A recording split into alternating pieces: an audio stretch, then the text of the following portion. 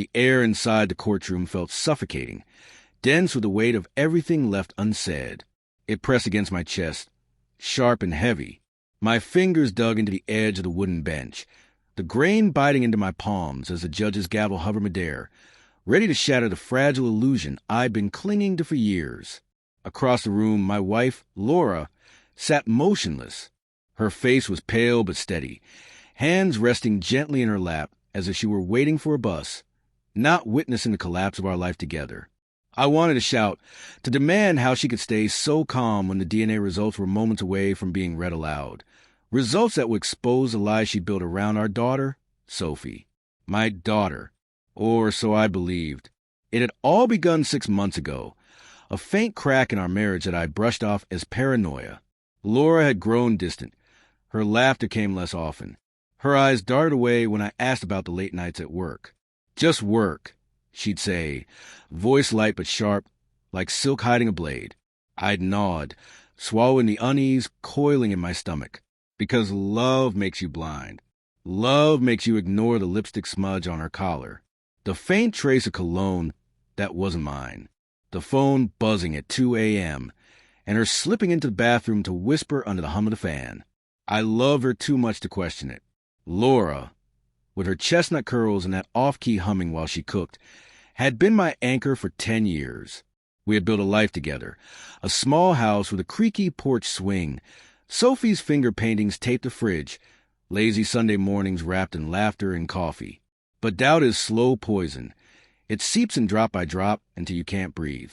The first Real crack appeared at Sophie's 5th birthday party. Balloons, chaos, screaming kids, and then Mark showed up, Laura's co-worker. Uninvited. His grin was too wide. His hand lingered too long on her arm as he handed her a glass of wine. I watched from across the yard, my pulse pounding as Sophie ran to him, shouting, "Uncle Mark!" Too familiar, too easy. That night, I couldn't sleep. I kept seeing Sophie's curls dark and soft, shifting in my mind into Mark's jet black hair.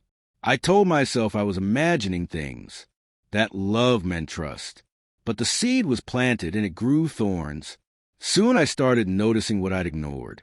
Laura's smile faltering when I mentioned Sophie's eyes, deep brown, matching neither of ours. The way she'd changed the subject when I talked about the future, her voice tight, brittle. I want to confront her, but fear kept me silent. Fear of being right. Fear of losing her. Fear of shattering Sophie's world. So I did something I'm not proud of. I took a few strands of Sophie's hair from her brush, a few of Laura's, sent them off for testing. Told myself it was just to quiet my doubts, to prove I was wrong. But deep down, I already knew.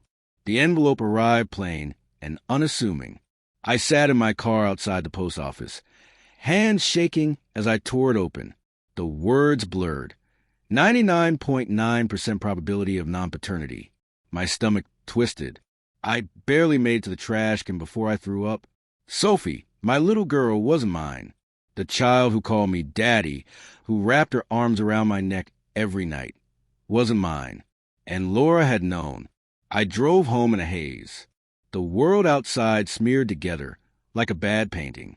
When I stepped inside, she was in the kitchen, chopping vegetables, every movement precise, mechanical. "You're home early," she said, not looking up. I wanted to shake her, demand the truth, but when I spoke, my voice came out broken. "Laura, we need to talk." She froze, the knife hovering midair. "About what?" she asked carefully, stepping around invisible glass. "Sophie," I said, my throat tight. "She's not mine, is she?" Her eyes met mine, wide, glistening. For a second, I thought she'd lie. But then her shoulders sagged and she whispered, "I'm sorry." It hit like a punch. "Mark," I said flatly. Her voice trembled. It was a mistake. A stupid, drunken mistake. A mistake. The word echoed, cruel and hollow.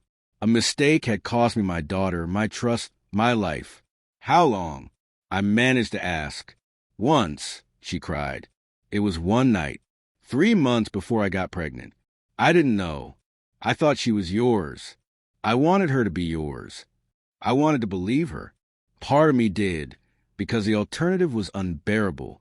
We stood there in silence, the weight of it pressing between us, until Sophie's laughter floated in from the living room, bright and innocent, oblivious to the wreckage we stood in. The weeks that followed blurred together. Arguments, tears, sleepless nights. Laura begged for forgiveness.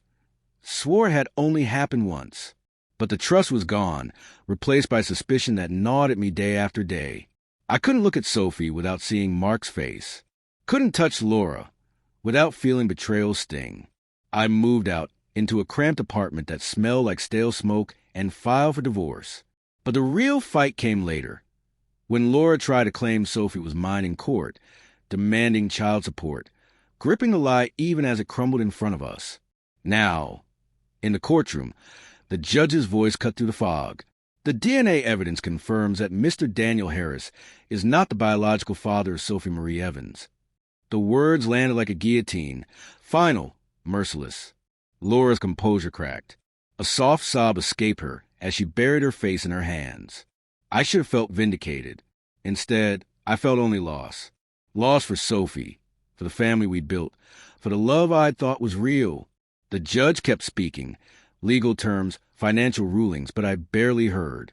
My mind was with Sophie, waiting at home with her grandmother, unaware that her world had just changed forever. I'd raised her, loved her, been her father in every way that mattered. Could I walk away now? Could I forgive Laura, not for her, but for Sophie? As the gavel finally struck, I looked at Laura through the tears streaking her face. She wasn't just a woman who betrayed me. She was also the mother who tried, in her flawed way, to hold our family together. The truth was out, raw and devastating. But this wasn't the end. Not yet. I stood, legs trembling, and stepped into blinding sunlight, knowing the hardest decision still waited ahead, whether to hold on to love or to let it go.